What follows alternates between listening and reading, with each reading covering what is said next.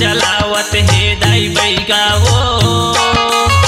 साय साय सोटा चलावत हे दाई बैगावो फुकत हे भभुतला मंतर मार मार के फुकत हे भभुतला मंतर मार मार के चुंदी मुड़ी छरियाए झुपा था बैठो नहीं चुंदी मुड़ी छरियाए झुपा था बैठो नहीं आनी बानी के किल्ली पार के फुका थे भभुतला मंतर मार मार के साय साय सोटा चलावत हे दाई बैगावो साय साय सोटा चलावत हे दाई बैगावो फुकत हे भभुतला मंतर मार मार के फुकत हे भभुतला मंतर मार मार के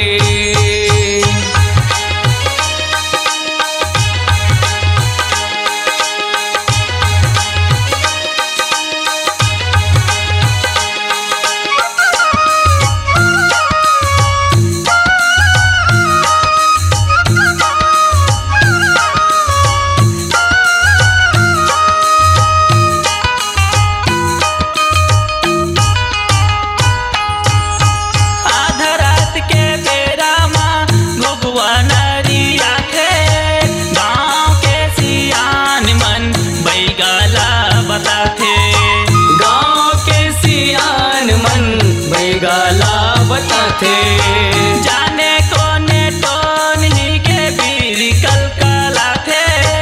तूरी मोटी यारी लभोते धरा थे तूरी मोटी यारी लभोते धरा थे आस पास मानाओ मोर चला था भारी आस पास मानाओ मोर चला था भारी बैगा करते रहूं भूत उतार के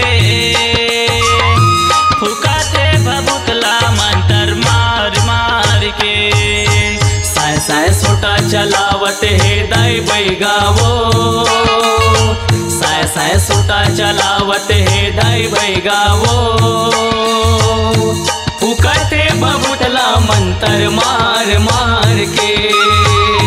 फुकत हे भभुतला मंतर मार मार के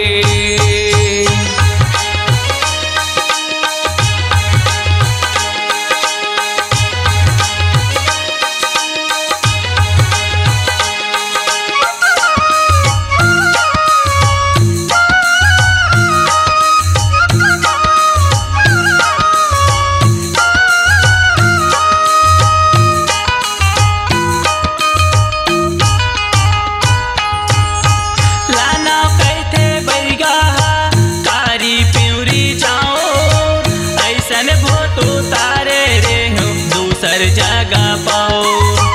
ऐसन बुन उतारे रे हो दूसर जगह पाओ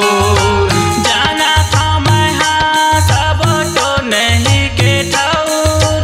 अमली के डारा माँ बांधे हवै मऊ अमली के डारा माँ बांधे हवै मोर मोर मारे कहाँ बाचे सकी कोनो कहाँ टो नहीं मोर मारे कहाँ बाचे सकी कोनो कहाँ टो नहीं कहत हवै बैगा दिया बार के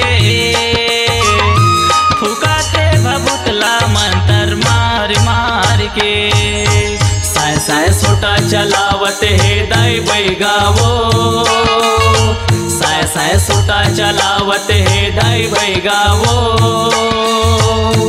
फुकत हे भभुतला मंतर मार मार के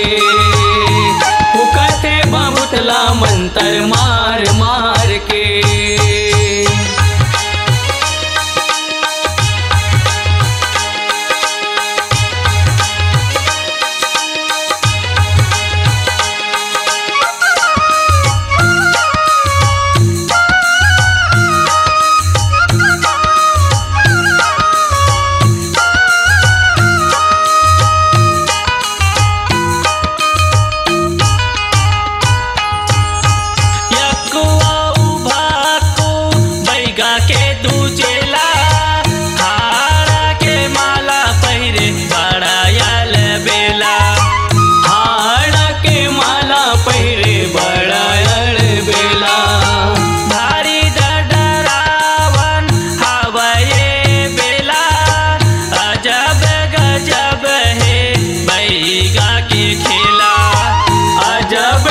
गजब है बैगा के खेला।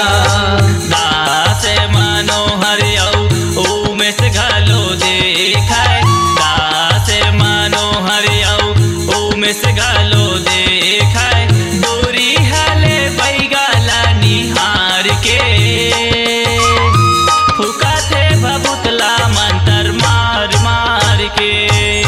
साय साय सोटा चलावत है दाई बैगावो, साय साय सोटा चलावत है दाई बैगावो, फुकते बबुटला मंतर मार मार के, फुकते बबुटला मंतर मार मार के। चुंदी मुड़ी छरियाए झुपा था बैठो नहीं, चुंदी मुड़ी छरियाए झुपा था बैठो नहीं, आनी बानी के किल्ली पार के,